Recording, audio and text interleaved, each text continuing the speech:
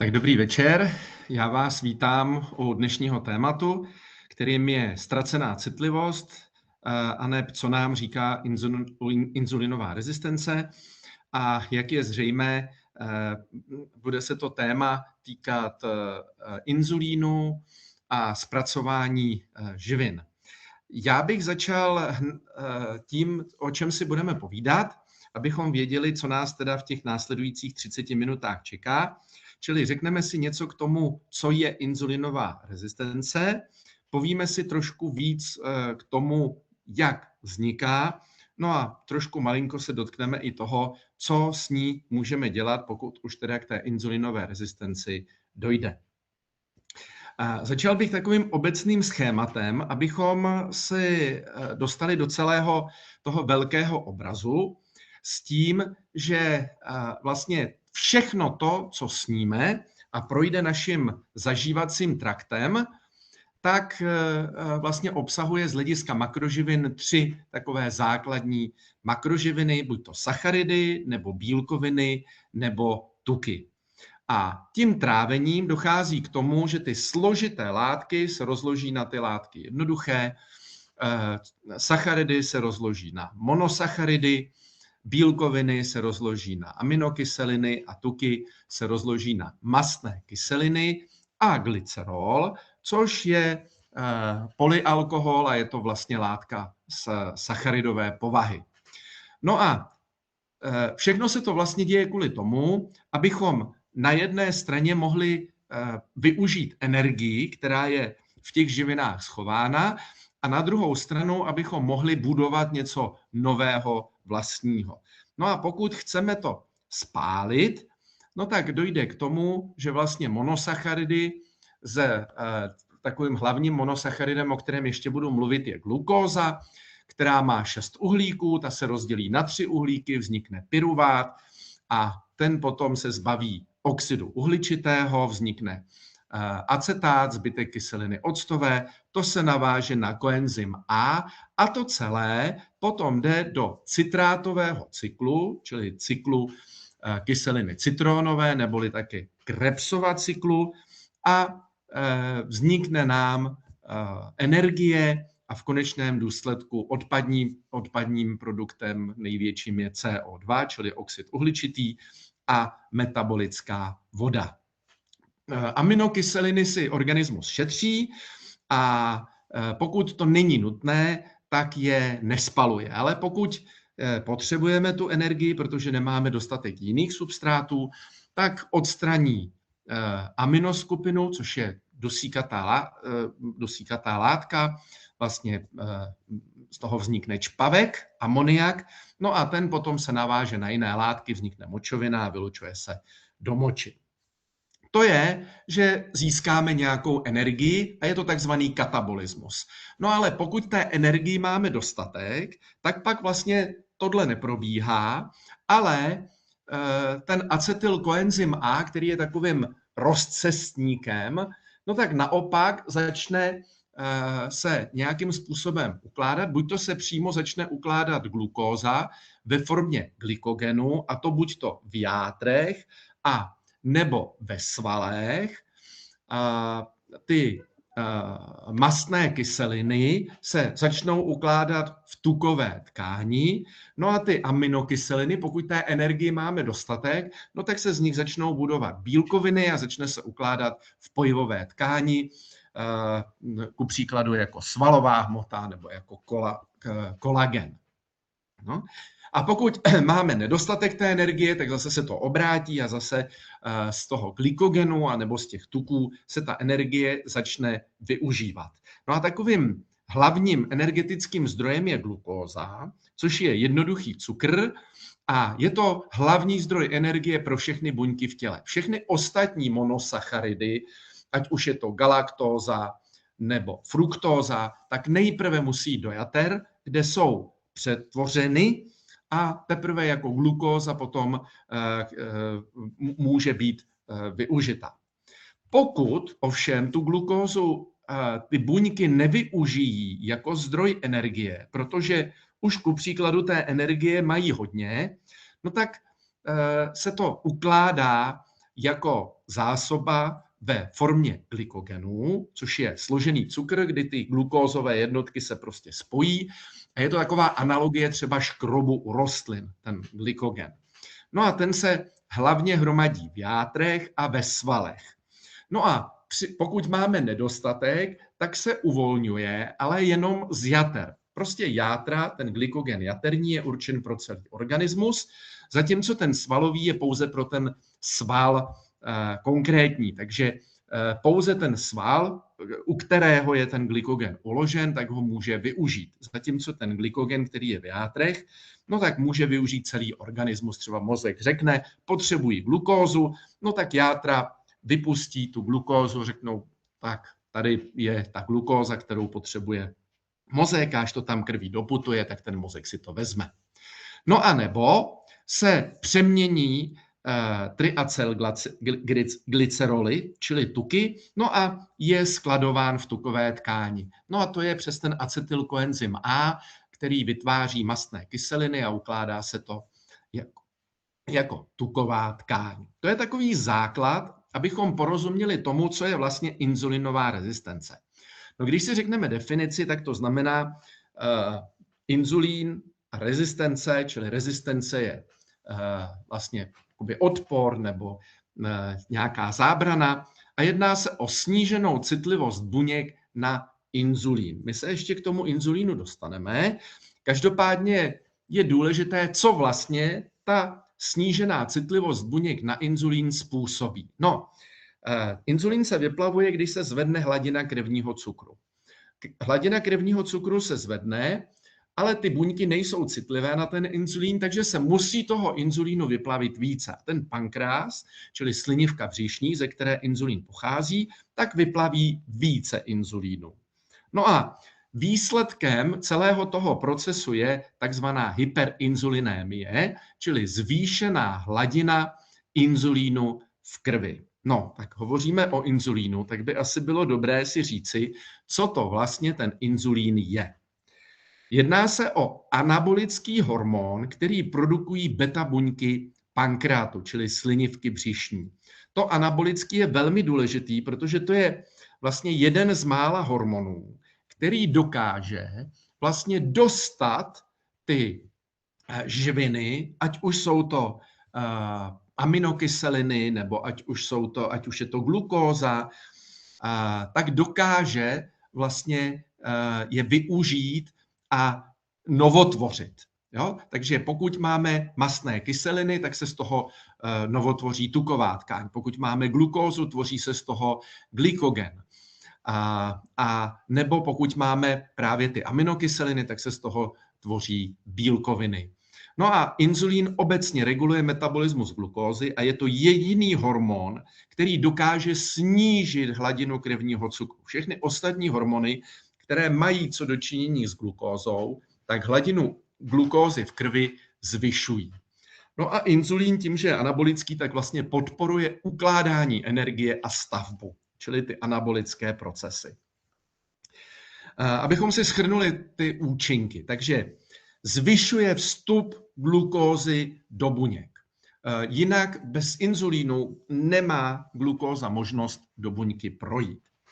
Zvyšuje takzvanou glykogenogenezu, čili novotvorbu glykogenu. Když máme té energie dostatek a už vlastně ta buňka ji nedokáže spálit a využít ji na energii, tak začne vytvářet glykogen.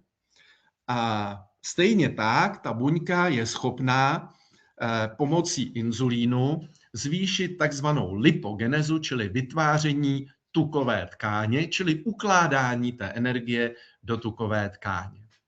A zároveň inzulín potlačuje novotvorbu, čili gluconeogenezu, glukózy v játrech. Čili játra sníží tvorbu glukózy, protože už je jí dostatek, a začnou taky ukládat ten glykogen nebo tuky v té své tkáni jako zásobárnu.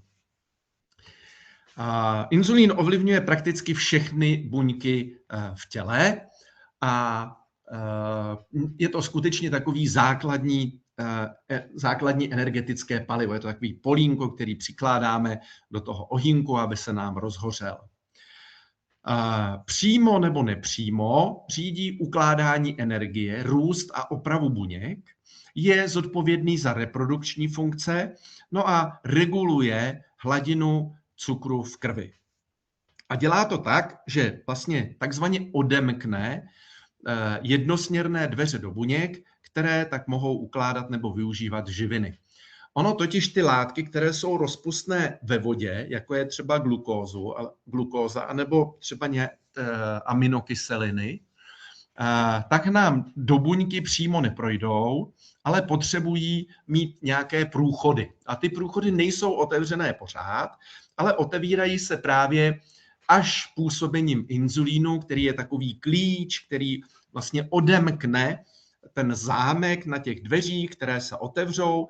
No a po koncentračním spádu, čili z místa, kde je víc té látky, tak to jde do místa, kde je toho méně, takže jde to z toho prostoru, kde máme v krvi více glukózy, tak nám to jde do těch buněk, kde té glukózy je méně.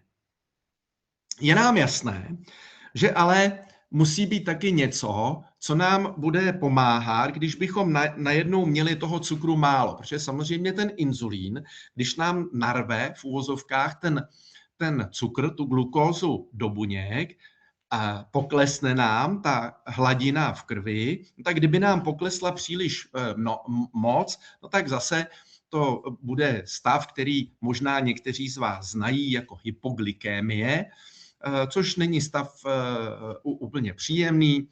Skutečně je to vlastně ztráta té základní energetické suroviny glukózy. Takže glukagon naopak oproti inzulínu je hormon katabolický, čili rozkladný. Je vylučován také slinivkou, ale alfa buňkami, inzulín je vylučován beta buňkami a vylučuje se v okamžiku, kdy vlastně ten organismus dá signál, že potřebuje energii, a to je hlavně, když poklesne hladina krevního cukru a poklesne příliš mnoho a dostáváme se do té hypoglykémie. Může to být důsledek aktivity, že opravdu spalujeme, a nebo nejíme, jo? Čili několik hodin bez jídla, opět spotřebujeme tu energii, kterou jsme měli z toho jídla, no a ta hladina poklesne a ten glukagon zvýší tu hladinu. Dělá vlastně to též, co dělá ten inzulín, akorát, že to dělá v těch místech, kde jsou uložený ty zásoby. Jo? Čili v játrech nebo v tukové tkáni vlastně uvolňuje ten glykogen, respektive tu tukovou tkáň, no a zpřístupní tak tu energii, kterou jsme dříve uložili v té formě glykogenu anebo tuku. Ten glukagon je taky uvolňován, pokud máme nějaký chronický stres, příjem bílkovin taky uvolní glukagon a samozřejmě nízká hladina cukru. Na druhou stranu ho snižuje a utlumuje zvýšená hladina inzulínu, čili právě to, když máme tu hyperinzulinémii a volných mastných kyselin v krvi. Čili když máme ty mastné kyseliny, tak vlastně ten organismus jede jakoby na ten tukový metabolismus a tlumí ten glukagon. Glukagon zabraňuje tomu, aby hladina cukru klesla příliš nízko a aby ten organismus měl nedostatek energie. Jo? Takže proto zajistí ten přístup k té energii, kterou jsme si uložili. Probíhá to tak, že když poklesne koncentrace cukru, té glukózy v krvi, tak buňky alfa uvolní glukagon a ten dá pokyn ke štěpení jednak uložených tuků v tukové tkáni a jednak přeměně glykogenu uloženého v játrech. No a pokud nemáme dostatečné množství energie a nemáme dostatečné množství zásob, tak také v případě toho nedostatku bílkovin ze svalů, čili uvolňují se rozkládají se bílkoviny na aminokyseliny, no a ty se pak přetváří právě tím, že se zbaví ta aminoskupiny, tak se přetváří na glukózu, tím ta se vypustí do krve a získá se tím energie. No a hladina krevního cukru se vrátí do normálu. A takhle je vlastně ta hladina neustále řízená, že se zvyšuje a snižuje ta hladina právě řízením a koordinací těch dvou hormonů. A velmi důležité je, že glukagon nemůže pomoci stabilizovat tu hladinu krevního cukru a zpřístupnit tuk jako zdroj energie, pokud máme chronicky zvýšenou hladinu inzulínu. Takže máme-li inzulínovou rezistenci, to znamená zvýšenou hladinu inzulínu trvalé, pak se neuplatní ten glukagon. A to je obrovský problém, protože pak vlastně nemáme třeba možnost a schopnost využívat tu energii z tukových zásob. Jenom abychom si to dokázali představit, jak to vlastně probíhá. Tak, to FPG je hladina krevního cukru, čili glykémie na lačno, a to je ta tenčí, a ta silnější, tmavší, červená je hladina inzulínu. Pokud máme normální stav, tak dochází k tomu, že vlastně ta hladina glukózy vyrovnává nebo respektive inzulín je schopen vyrovnávat ty hladiny a nevyplaví se ho příliš mnoho. Když ale se začíná rozvíjet ta inzulinová rezistence, říká se tomu prediabetes, tak dochází k tomu, že vlastně ta hladina stoupá proto, že ty buňky nejsou tak úplně citlivé na ten inzulín a aby se ten cukr dostal do těch buněk, tak se musí vlastně zvýšit hladina inzulínu. No a slinivka vlastně vyplavuje více a více a více toho inzulínu, až to dosáhne určité kritické roviny a tam pak vlastně dojde k tomu, že se rozvine už ta cukrovka, protože ten inzulín nestačí snížit tu hladinu krevního cukru. A přestože toho inzulínu máme hodně, tak dochází takzvané relativní hypoinzulinémii, čili relativně vlastně máme nedostatek a není schopen ten inzulín dostat ten cukr do buněk, respektive jediné buňky, které v tu chvíli jsou schopné přijímat tu energii ve formě té glukózy, respektive uloženou ve formě tuků, jsou tukové buňky. Takže v tuto chvíli veškerý ten cukr, který je nadměrný, tak se začne ukládat do tukové tkáně a je vlastně jedno, z čeho tu energii přijmeme. Veškerá energie se ukládá do tukové tkáně. Pokud máme vysokou hladinu glukózy nad 9-10, tak ještě dochází k tomu, že teda se překročí takzvaný ledviný práh a vylučuje se glukóza do moči, což má za následek strhávání vody, zvýšené močení, zvýšenou žízeň a nese to s sebou celou řadu nežádoucích účinků. Pokud ta slinivka je drážděná a vlastně je hodně dlouho hnaná k tomu, aby tvořila více a více toho inzulínu, no tak může dojít i na základě zánětlivých změn k tomu, že ta slinivka vlastně vypoví funkci, je přetížená a začne tvořit méně a méně toho inzulínu a může dojít k tomu, co vídáme u diabetiků prvního typu, že vlastně nemají inzulín, že ty beta buňky nejsou schopné tvořit inzulín a vlastně se to dostane do toho stavu, že je potřeba ten inzulín podávat.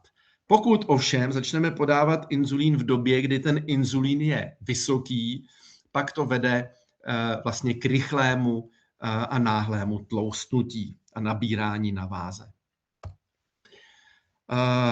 Už jsem naznačil, že inzulinová rezistence souvisí s diabetem mellitus druhého typu, s cukrovkou, a to je právě na podkladě té inzulinové rezistence. Cukrovka prvního typu je na podkladě autoimunitních chorob většinou a jde o to, že z nějakého důvodu netvoří slinivka, ty beta buňky netvoří inzulín. Souvisí s metabolickým syndromem, čili s nadváhou, s větším množstvím viscerálního, čili toho vnitřního tuku, s vysokým krevním tlakem a s poruchou lipidového spektra, zvýšený triglyceridis, snížený HDL. Vede to k poruchám jater, protože játra jsme říkali, že jsou schopná vlastně zpracovávat tu glukózu a skladovat ji ve formě glykogenu. No a pokud ale už ten glykogen, takzvaná glykogenová nádrž je plná, no tak už vlastně není schopen dál vytvářet glykogen, no a začne to ukládat ve formě tuku. No a to jsou ty dvě zkratky tady. Je to vlastně metabolická dysfunkce, která je spojená buď to první je s fatty liver disease, čili se stukovatěním jater, čili státózou, a to druhý je spojeno se státohepatitidou, čili dochází nejenom k tomu, že játra stukovatí, ale dochází také k tomu, že se tam objevuje zánět. Čili trpí obrovským způsobem játra. Inzulinová rezistence je ale také spojena s polycystickými ováriemi a s kardiovaskulárními onemocněními.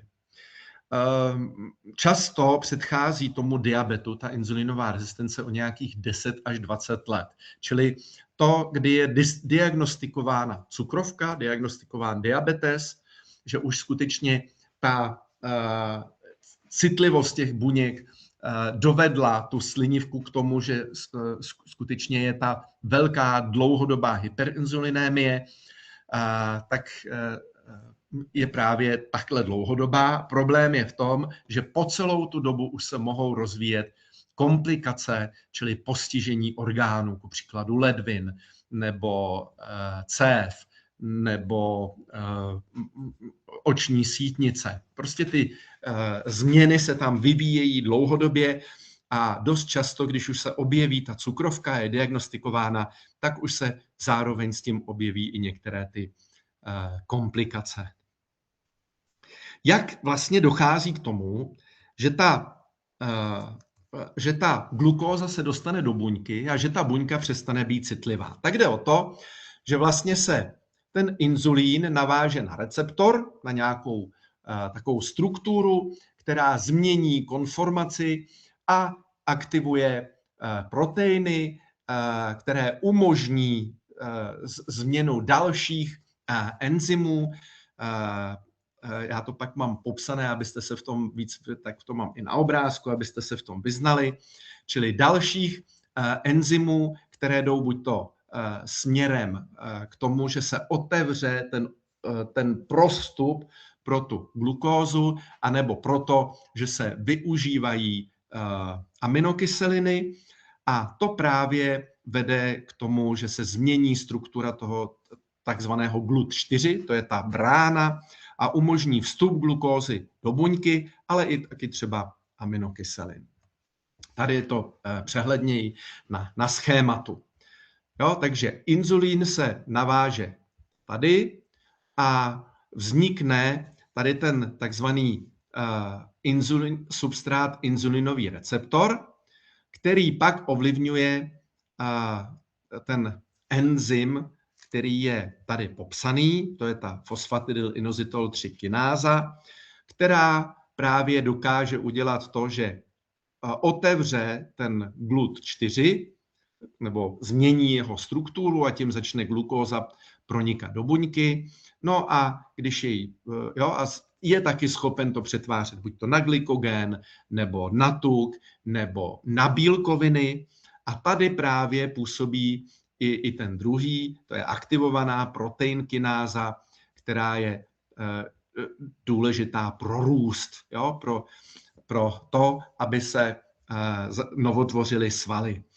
Ku příkladu při sportu a po sportu, kdy dodáme sacharidy a dojde k tomu, že se vyplaví inzulín, tak vlastně potom, když spíme, tak dochází vlastně k té regeneraci, reparaci a růstu.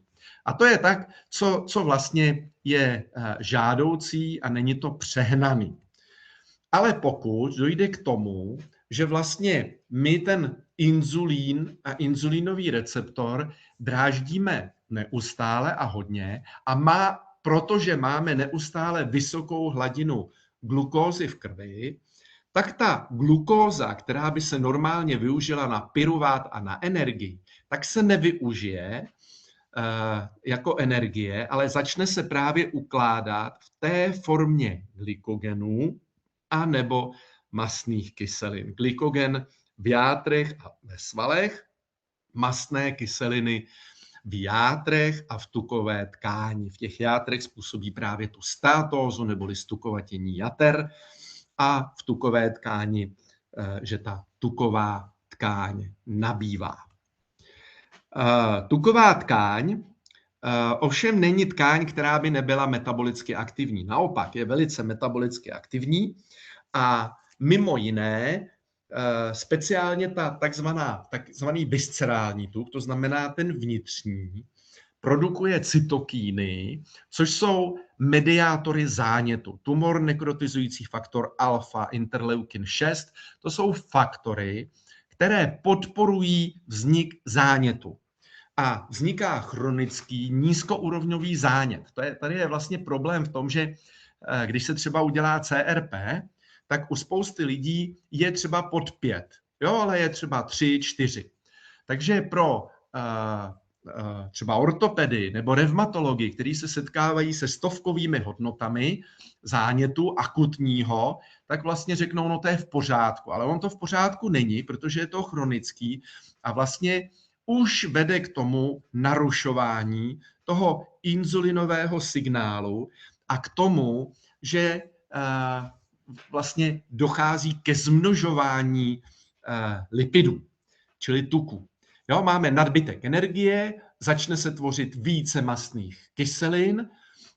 Ty mastné kyseliny začnou ve formě vlastně tuků v buňkách, tak se začnou ukládat jednak do membrán, což by nebyl takový problém, když by to ale nebyly tuky, které nejsou úplně příznivé, protože tvoří nasycené tuky, neumí tvořit ty polynenasycené.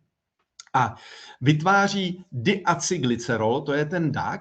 No a dojde k tomu, že vlastně se inhibují ty takzvané kinázy, čili ty, které vlastně přenáší ten signál, tak jak jsme si to ukázali, a aby se otevřel ten glut.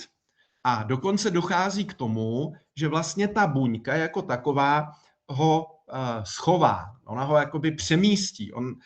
Takže v tu chvíli vlastně ta buňka sama se brání tomu, aby neměla příliš mnoho energie, která by ji spálila, a dojde k té inzulinové rezistenci a k tomu, že vlastně ani vysoká hladina inzulínu není schopná odemknout a snížit tu hladinu.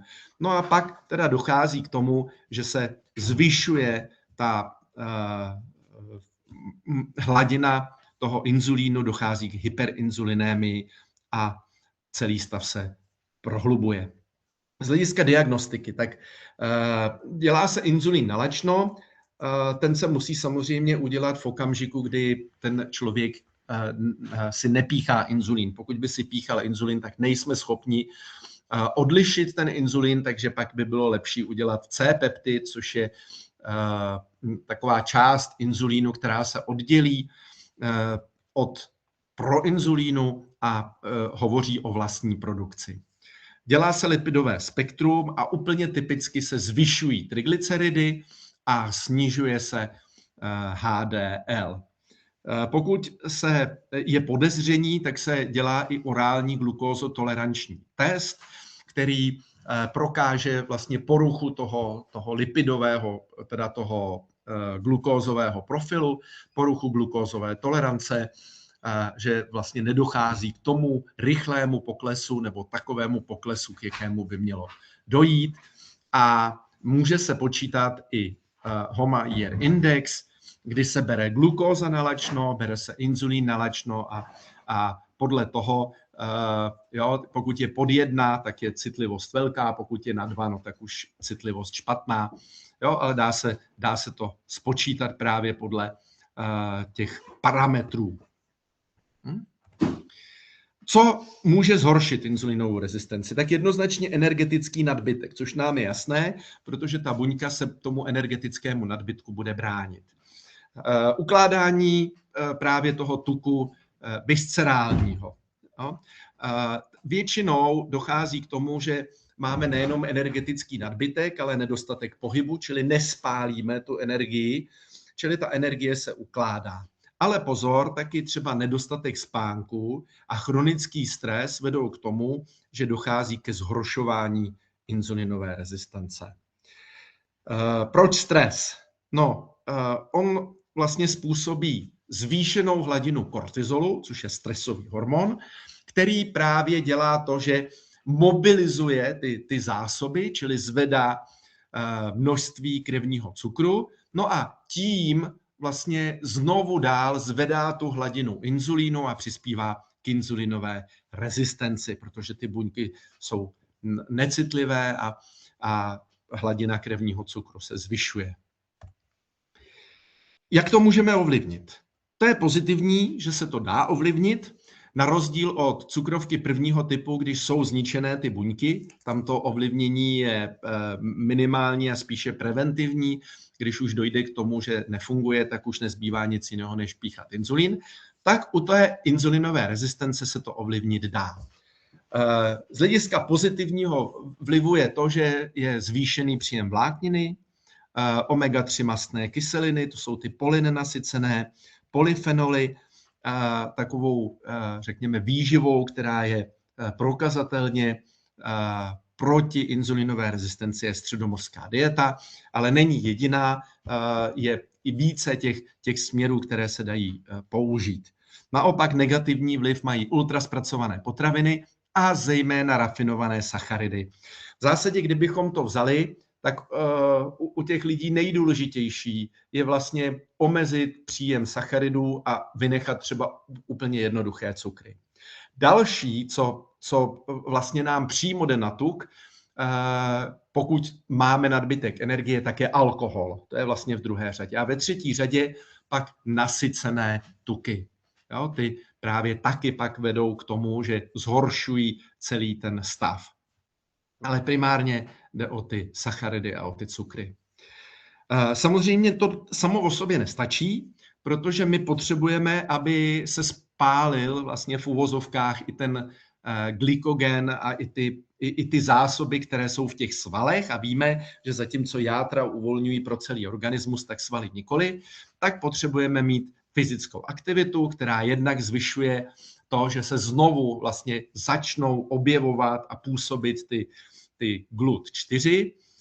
Zlepší se mitochondriální funkce, čili spalování. Mitochondrie jsou vlastně elektrárny a ta elektrárna začne fungovat a vytvářet energii. No a zvýší se tím citlivost na inzulín a obnoví se ten stav. Takže skutečně ta inzulínová rezistence je reverzibilní, jsme schopni snížit. Je potřeba snížit viscerální tuk.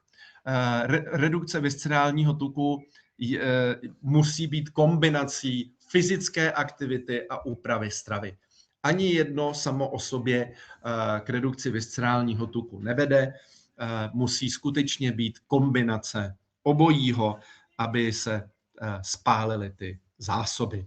Tady mám takovou infografiku, jakým způsobem teda můžeme zvýšit tu inzulinovou senzitivitu. V prvé řadě pohyb a zapojení svalů A tady pomáhá silový trénink, jo? Protože ten zvyšuje že ty svaly spalují tu glukózu a spalují ten glykogen a zvyšuje senzitivitu až o 40%, čili skutečně je to vydatný pomocník při tom snižování inzulinové rezistence. Další věc je kvalitní spánek, protože víme, že nedostatek snižuje senzitivitu, protože pokud nespíme, tak nedochází k těm anabolickým procesům, ale jsou stále ty katabolické, nedochází k reparaci, nedochází k opravě, nedochází k růstu. Jo, takže třeba u dětí zastavení růstu častokrát není nedostatečnou stravou, ale nedostatečným spánkem. Další věc je zařadit skutečně potraviny, které jsou plnohodnotné, vyřadit ty ultra zpracované a dbát na stravování, které bude stabilní a nebudou tam takové výkyvy té glykémie a tudíž produkce toho inzulínu. Snaha o redukci stresu, protože víme, že chronický stres vede k vyšší glukóze, a tady mohou pomoci dechová cvičení, protože stresu se úplně jako nevyhneme. Naše prostředí je poměrně velmi stresové a častokrát ale tam není ta proč ten stres vznikal, a to je ta věc toho útěk nebo útok. Může se dávat nějaká podpůrná suplementace, která může napomoci tomu, že ty buňky budou lépe fungovat, ale tam je opravdu dobré se poradit s odborníkem, co by bylo vhodné.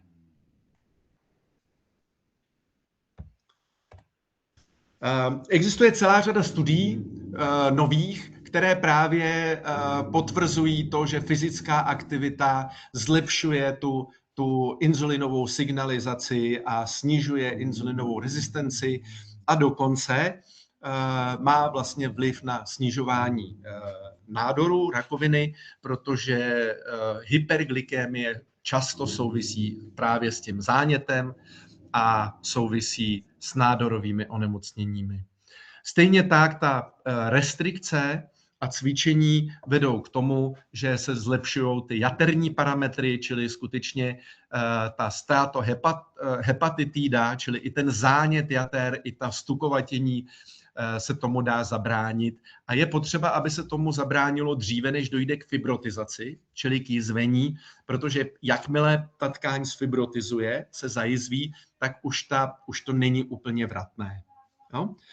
Takže když to shrneme a ukončíme to, tak inzulinová rezistence je vlastně metabolické onemocnění a je to takovým centrálním mechanismem a vzniká kombinací nadbytku energie, zánětu a právě té lipidové dysregulace a dobrou zprávou je, že je do velké míry reverzibilní. Takže já vám děkuji za pozornost.